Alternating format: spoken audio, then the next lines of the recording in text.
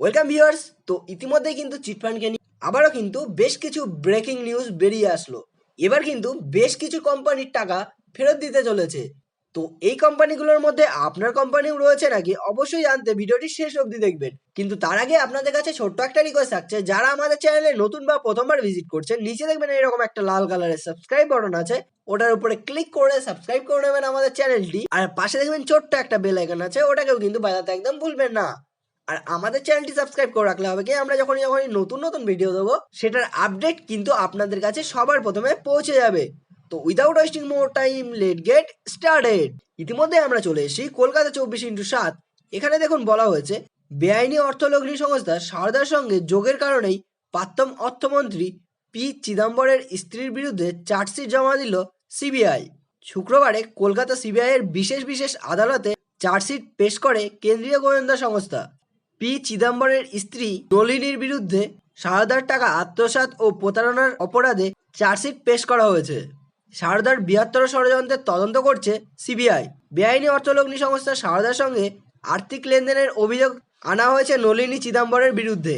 2010 থেকে 2012 সালের মধ্যে সারদার থেকে তিনি 1,40,00,000 টাকা নিয়েছেন বলেই অভিযোগ।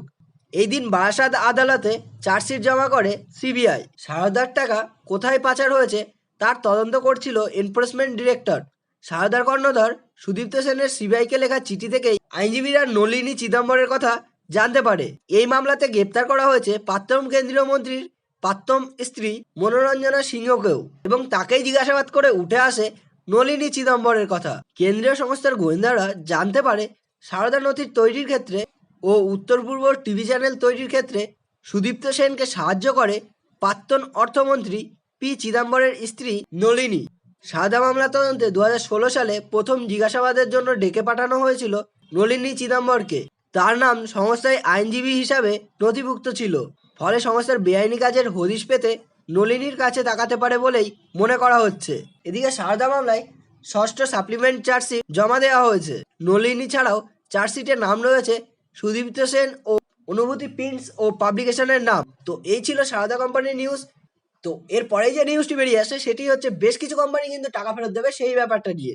তো ইতিমধ্যে আমরা চলে এসেছি আনন্দবাজার পত্রিকায়। তো এখানে দেখুন বলা হয়েছে, বেআইনি অর্থলগ্নি সংস্থাগুলির বিরুদ্ধে আবারও কোমর বেঁধে নামছে সিবিআই, এমনটাই দাবি কেন্দ্রীয় গোয়েন্দা সংস্থার আধিকারিকদের। রাজ্যে 6খানেরও বেশি চিটফান্ডের বিরুদ্ধে লাগাতার অভিযানে নামতে চলেছে সিবিআই।